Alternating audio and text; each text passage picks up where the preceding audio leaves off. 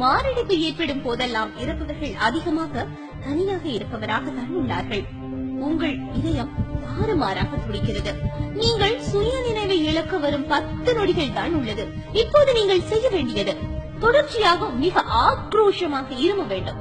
ஒவ்வொரு முறையும் இருமுவதற்கு முன்னரும் மூச்சை இழுத்துவிட வேண்டும். இருமல் மிக ஆழமானதாக இருக்க வேண்டும்.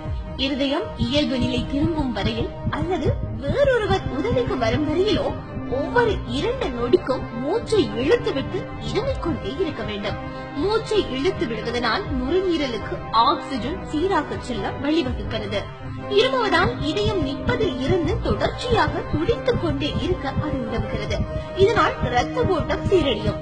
பின்னர் இருதயம் சீரடைந்ததும் அருகில் உள்ள மருத்துவமனைக்கும் செல்லலாம். இந்த தகவலை குறைந்தது உங்கள் 10 நண்பர்களுக்காவது பகிருங்கள். உலகின் எங்கோ ஒரு மூலையில் இருக்கும் ஏதோ ஒரு உயிராவது இந்த தகவலால் பாதுகாக்கப்படலாம்.